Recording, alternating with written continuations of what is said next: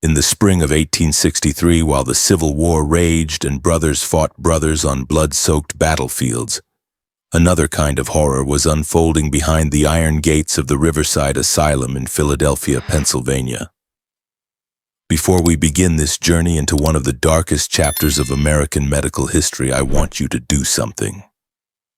Leave a comment below telling me where you're watching from and what time it is right now. Because what you're about to hear is a story that was deliberately buried, systematically erased from official records and forgotten by design. This is the story that authorities wanted to disappear forever. This wasn't the horror of war. This was the horror of medicine gone wrong, of science without ethics, of a man who believed human minds could be erased and rewritten like words on a chalkboard. His name was Dr. Silas Whitmore, and over the course of 4 years he would conduct experiments on 127 Civil War veterans that were so disturbing, so fundamentally wrong, that when they were finally discovered, every official record was ordered destroyed. Almost every record, because you see, Dr. Whitmore kept a private journal. And in 1951, construction workers renovating the abandoned asylum found something that had been hidden in the walls for nearly 90 years. The journal. And scratched into the walls of sealed basement rooms, written in desperate handwriting, sometimes in blood. The testimonies of the men who suffered in the name of Whitmore's science. This is the story of the Whitmore Experiment, America's forgotten asylum horror. And I warn you now, this is not an easy story to hear. To understand how the Whitmore Experiment happened, you need to understand what the Civil War did to the men who fought in it. By 1863, the war had been raging for 2 years. Battles like Antietam and Fredericksburg had produced casualty numbers that shocked the nation. But there was another casualty that people didn't talk about as openly: the psychological destruction of the soldiers themselves.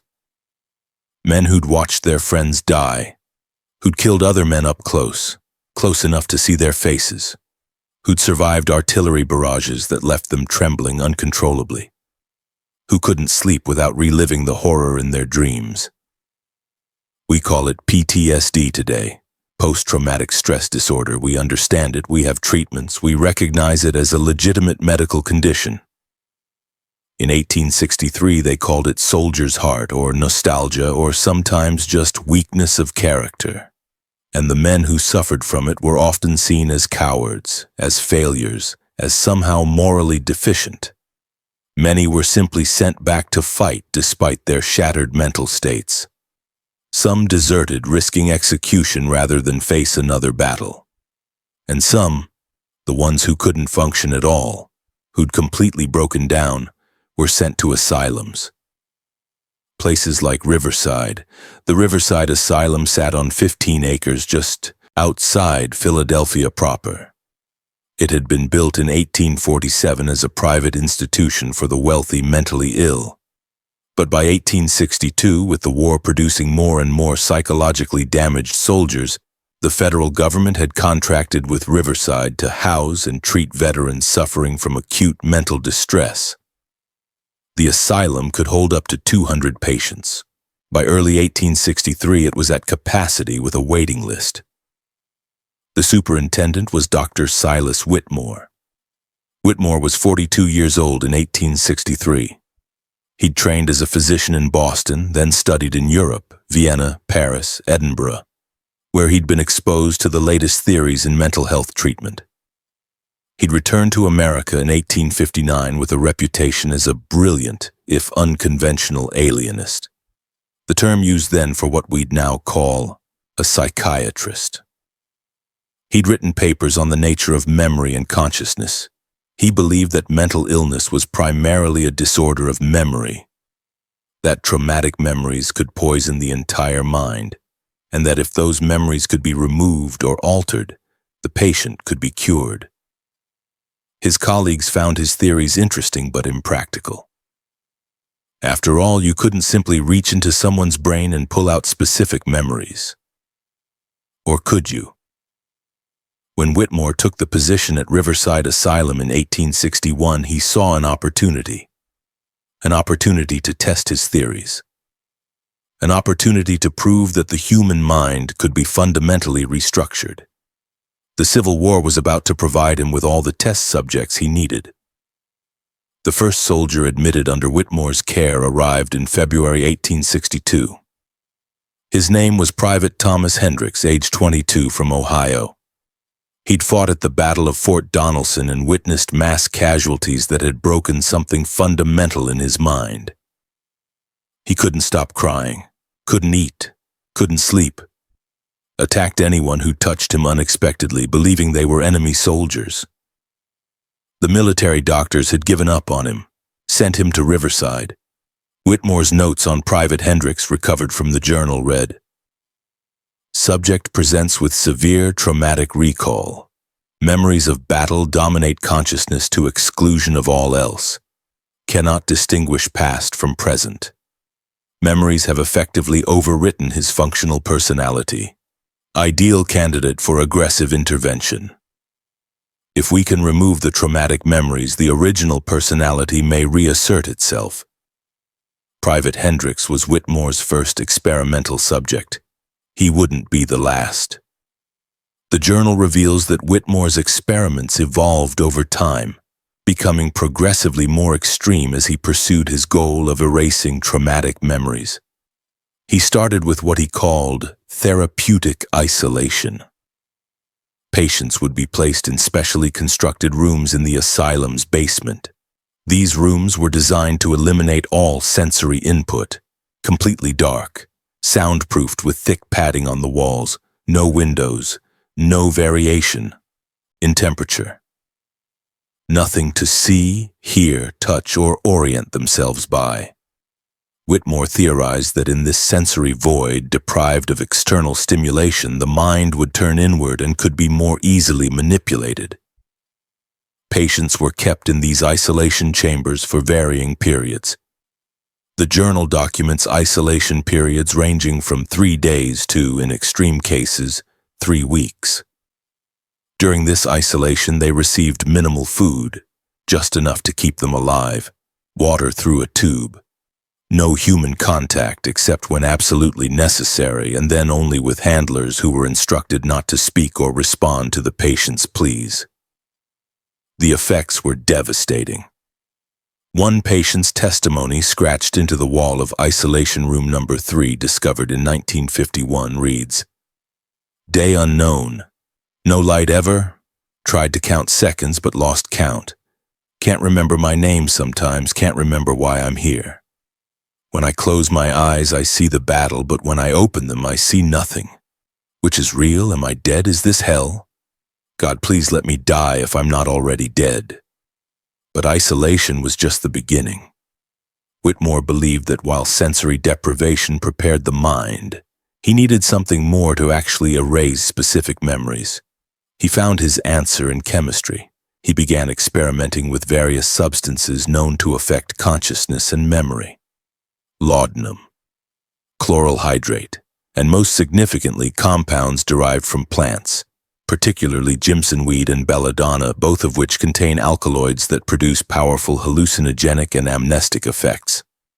The journal contains detailed recipes for what Whitmore called his memory tonics. Mixtures of these substances in varying concentrations, designed to be administered to patients after isolation, had made them sufficiently vulnerable. A typical treatment cycle, according to the journal, worked like this. The patient would undergo isolation for 1 to 2 weeks until they were disoriented and psychologically fragile. Then they'd be removed from isolation and given Whitmore's tonic, usually mixed into water or broth, since most patients were too confused to resist drinking. The tonic would induce a state Whitmore described as consciousness dissolution. The patient would hallucinate intensely, experience profound disorientation, and crucially, their ability to form and retain memories would be severely disrupted. In this state, Whitmore would conduct what he called memory reconditioning sessions. He'd bring the patient to a specially designed room. Not the isolation chamber, but a new environment. and he'd speak to them repeatedly, telling them who they were, where they were, what they should remember, and what they should forget. You were never at the battle. You have no memories of war. You are a farmer from Pennsylvania. You have a wife named Mary. You have 3 children. You have never held a gun. You have never seen death. You are a farmer. You have a wife named Mary.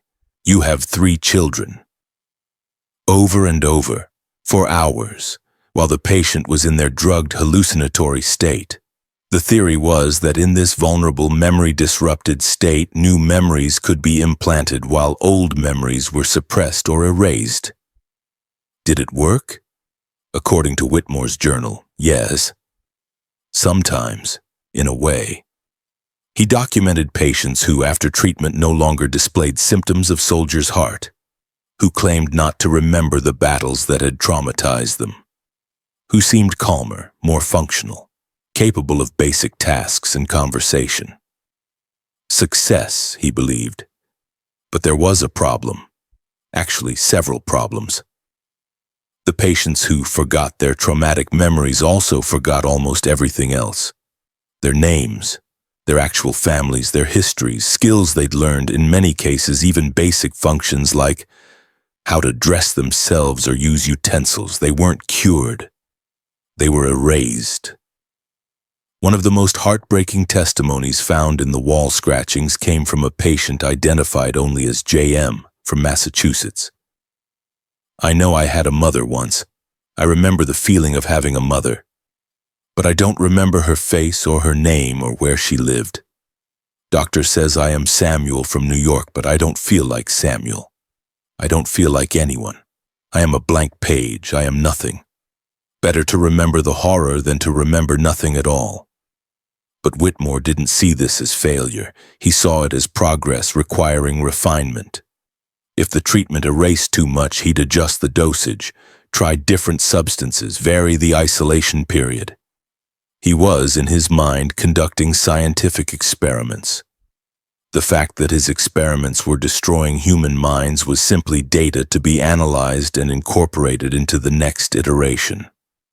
The journal from August 1864 contains this chilling passage.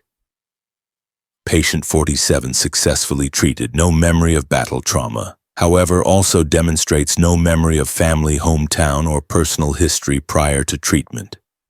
Did not recognize his own brother when brother visited asylum. Some colleagues might view this as failure, but I argue it represents complete success. The traumatic memories are gone.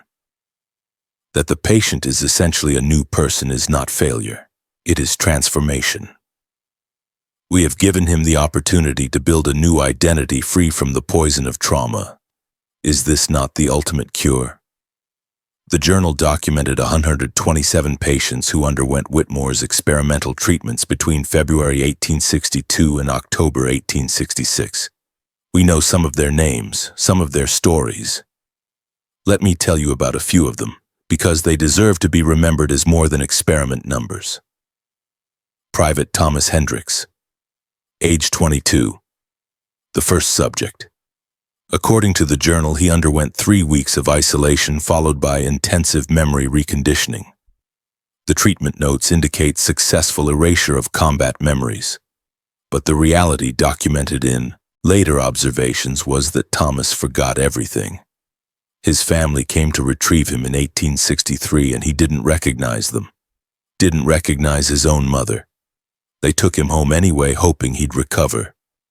Local records from Ohio indicate Thomas Hendricks died in 1871, having never regained his memories, never recovered his identity, spending his final years confused and childlike. Sergeant William Cross, age 34, from Vermont. Wounded at Gettysburg and subsequently suffered severe psychological breakdown. Underwent treatment in late 1863. The journal notes, partial success. Patient retains basic function but demonstrates significant personality alteration. William's wife visited him in 1864. She later wrote to the asylum administration that, "The man I visited is not my husband. He has William's face and body, but everything that made him William is gone. He looks at me like I'm a stranger." He is polite but empty. It would have been kinder if he had died at Gettysburg. Private James Morrison, age 19, the youngest documented patient from Pennsylvania. According to the journal, James was particularly resistant to treatment, requiring extended isolation and increased dosages. The final entry about James reads, "Patient 73 expired during treatment session. Cause of death likely respiratory failure related to medication dosage." Unfortunate but informative. Clearly there is a maximum tolerance threshold that varies by individual. James Morrison died on the treatment table at age 19. His death was recorded in asylum records as natural causes related to pre-existing mental condition. His parents never knew he'd been experimented on, never knew their son died because a doctor gave him an overdose of Jimson weed extract while trying to erase his memories.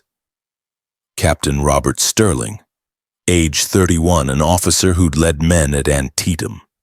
According to other records, he'd been an intelligent, educated man, taught mathematics before the war. After treatment in 1864, he could no longer read, could barely speak coherently. His brother, who'd pulled strings to get him into Riverside hoping for the best care, was horrified by what he found when he visited. He filed a complaint with the asylum's board of directors questioning the treatment methods. His complaint was dismissed. Dr. Whitmore's reputation and connections protected him.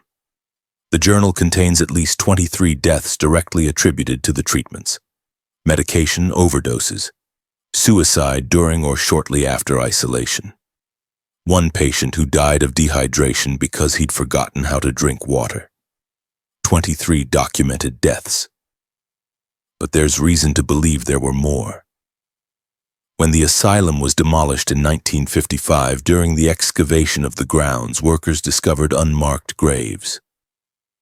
37 bodies buried in a section of the property not designated as the official asylum cemetery. The bodies were in simple wooden boxes, no coffins, no markers. Forensic examination suggested they dated to the 1860s. The official explanation was that these were pauper burials of patients who died with no family to claim them. But 37 unmarked graves from the same period when Whitmore's experiments were being conducted. That's not coincidence. Those were the failures. The experiments that went so wrong the patients died and Whitmore quietly buried the evidence. So how did Whitmore get away with this for 4 years? How did no one stop him? The answer is complicated and disturbing. First, this was 1863 to 1866. The Civil War dominated everything. Resources, attention, public concern, all focused on the war. Mental health treatment was barely regulated. Asylums operated with minimal oversight. And the prevailing attitude toward mentally ill patients, especially soldiers who'd broken down, was that they were hopeless cases anyway. Second, Whitmore was careful about who he experimented on. He chose patients who had minimal family contact, who'd been declared incurable by other doctors, who were considered lost causes, the soldiers that the military had given up on. Third, Whitmore had powerful supporters. He'd cultivated relationships with prominent Philadelphia physicians, with military medical administrators, with politicians. His reputation as an innovative researcher gave him credibility and protection. And fourth, most disturbingly, many people simply didn't care. These were broken soldiers, damaged men. If a prestigious doctor was trying experimental treatments to cure them, even if those treatments were harsh, well, wasn't that better than just warehousing them for life? But there were people who noticed, who questioned, who tried to intervene. Several nurses at Riverside Asylum resigned between 1863 and 1866, citing concerns about patient treatment. Their complaints went nowhere. One physician, Dr. Edmund Carter, who worked briefly at Riverside in 1865, attempted to report Whitmore to the state medical board. His complaint was dismissed for lack of evidence, and Carter found himself blacklisted from other medical positions in Pennsylvania. He eventually left the state.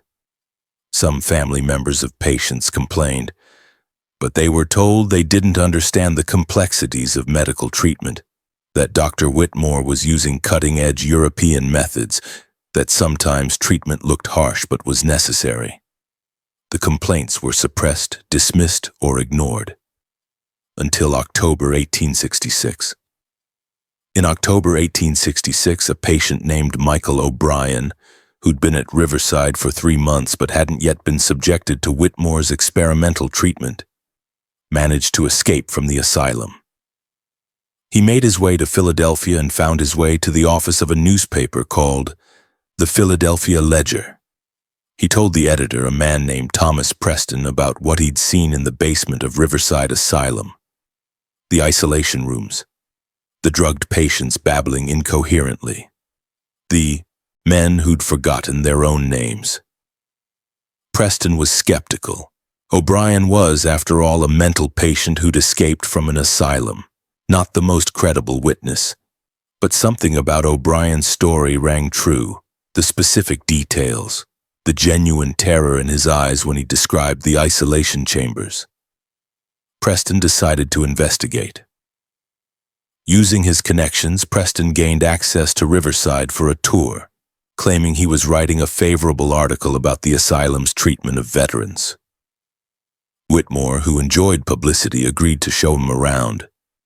Preston saw the isolation rooms. Whitmore described them as therapeutic sensory regulation chambers. Preston saw patients who seemed barely conscious, staring at nothing. Whitmore explained they were undergoing memory reconditioning therapy. And Preston saw something else, a patient being led from an isolation room who grabbed Preston's arm and whispered, "Help us. He's erasing us. He's making us into nothing." That night, Preston wrote an article. It was published in the Philadelphia Ledger on October 24, 1866. The article was explosive. It detailed Preston's observations, quoted from interviews with escaped patients and former nurses, and raised serious questions about Whitmore's treatment methods. The public reaction was immediate and fierce. Veterans organizations demanded investigation. Families of patients began asking uncomfortable questions. The military medical department, embarrassed that soldiers under their care had apparently been abused, launched an inquiry. Whitmore initially tried to defend himself. He wrote rebuttals claiming his methods were sound science, that Preston had misunderstood what he'd seen, that disgruntled former employees were spreading lies. But the pressure kept building. In November 1866, the Pennsylvania State Medical Board began a formal investigation of Riverside Asylum and Dr. Silas Whitmore's treatment methods. That's when things got very strange. On November 18, 1866, a fire broke out at Riverside Asylum. The official cause was listed as accidental, likely a knocked-over candle. The fire destroyed the asylum's administrative building, where all patient records were kept, every file, every treatment note, every admission and discharge record, gone.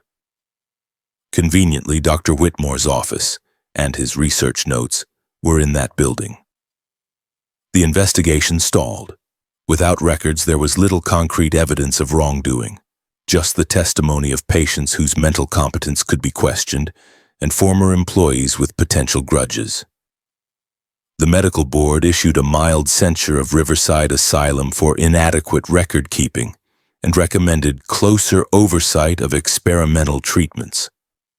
Dr. Whitmore resigned from Riverside Asylum in December 1866, citing the stress of the false accusations and his desire to protect the asylum from further controversy. He was never formally charged with any crime, never lost his medical license, never faced real consequences. He left Philadelphia in early 1867. Records show he moved to Chicago, where he established a small private practice. He died there in 1879 at age 58 of a stroke. His obituary in the Chicago Tribune described him as a respected physician who dedicated his career to helping the mentally ill including Civil War veterans suffering from the psychological wounds of battle. The Whitmore Experiment was forgotten, deliberately erased from history almost as thoroughly as Whitmore had tried to erase his patients' memories. Almost. In 1951, 85 years after the experiment ended, the Riverside Asylum building was being demolished to make way for new construction. A construction worker named Frank Morrison was breaking through a wall in the basement when his sledgehammer revealed a hollow space. Behind the wall was a sealed room, one of the original isolation chambers, and covering every inch of the walls, scratched into the padding and the plaster beneath, written in what appeared to be blood, charcoal, and anything else the prisoners could use, were words, testimony, prayers, names, dates, descriptions of the treatments, pleas for help that had gone unanswered for 85 years. My name is Thomas Hendricks. I am from Ohio. I had a mother named Sarah. Please remember I existed. Day 12 in the dark. Can't remember my wife's face. Dr. Whitmore says I'll be better soon. I don't believe him. They gave me the medicine again. The room is melting. I am melting. I am disappearing. God help me, I am disappearing. My name was James Morrison. I was 19 years old. I died here. Someone please tell my mother what happened to me. Page after page of desperate scratching in the dark. Morrison called the police. The sealed room and its wall writings made local news. Historians became involved, and in the archives of a Philadelphia law firm, researchers discovered something that had survived the fire. A copy of Dr. Silas Whitmore's journal. Apparently, Whitmore had given a copy to his attorney in 1866 before the investigation, perhaps as insurance or perhaps simply because he wanted his scientific work preserved. The attorney had kept it in his files, and when he died in 1912, the files had gone into storage, forgotten.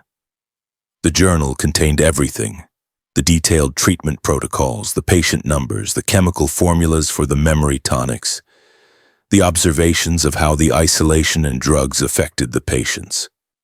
And most damningly, Whitmore's own acknowledgement that the treatments were destroying people's minds, along with his rationalization that this destruction was acceptable in pursuit of scientific progress. The discovery in 1951 made national news. The journal was donated to the National Library of Medicine, where it remains today, a horrifying testament to medical ethics violations. Historians began researching the fates of Whitmore's 127 documented patients. What they found was tragic. Of the 127 patients, 23 died during or shortly after treatment. 37 more probably died and were buried in unmarked graves. 31 were discharged to families but never recovered their memories or original personalities. 22 spent the rest of their lives institutionalized in other asylums. 14 could not be traced. Records simply stop, suggesting they died or disappeared. That leaves 0 patients who might have survived with their minds relatively intact. 0 confirmed cases of successful treatment. A 0% success rate. 100% failure, destruction, or death. The Whitmore Experiment represents one of the darkest chapters in American medical history. A doctor who believed that minds could be erased and rewritten like data, who treated human consciousness as infinitely malleable, who saw the destruction of personalities as acceptable collateral damage in pursuit of scientific knowledge. But it also represents something broader and more disturbing: the vulnerability of the powerless in the hands of authority. Whitmore's victims were men society had already failed. Soldiers broken by a brutal war, abandoned by a military that didn't know what to do with psychological casualties, warehoused in an asylum where they had no rights and no voice. Whitmore could experiment on them because no one was really protecting them, because they were considered lost causes anyway, because people who might have objected found it easier to look away. The scratched testimonies on those asylum walls aren't just the cries of Whitmore's victims. They're the cries of everyone who's ever been powerless in a system designed to help them, but that instead harmed them. Please remember I existed. That's what Thomas Hendricks scratched into the wall. A simple plea. Remember I existed. Remember I was a person. Remember I mattered. We remember, Thomas. We remember all of them. Today, medical experimentation is heavily regulated. Institutional review boards oversee research. Informed consent is required. Protections exist that didn't exist in 1863. But we should never assume that protections are permanent or perfect. Every protection we have exists because someone somewhere was harmed when that protection didn't exist. The Whitmore experiment happened because there were no rules preventing it. Now there are rules. Those rules exist because of the 127 men who suffered in Riverside Asylum's basement, and because in 1951 construction workers found the testimonies they'd scratched into walls, and someone decided those testimonies mattered. The journal of Dr. Silas Whitmore remains in the National Library of Medicine's archives in Bethesda, Maryland. You can request to view it. Read his clinical descriptions of destroying human minds. See his chemical formulas for memory tonics. Read his rationalizations for the deaths he caused. It's kept as a reminder, a warning, a testament to what happens when science proceeds without ethics, when authority operates without oversight, when the vulnerable have no voice and no protection. The walls of Riverside Asylum were demolished in 1951. But the words scratched into those walls were photographed, documented, preserved. They exist in archives now, available to researchers, to historians, to anyone who wants to understand what happened. The walls remember. We must remember too.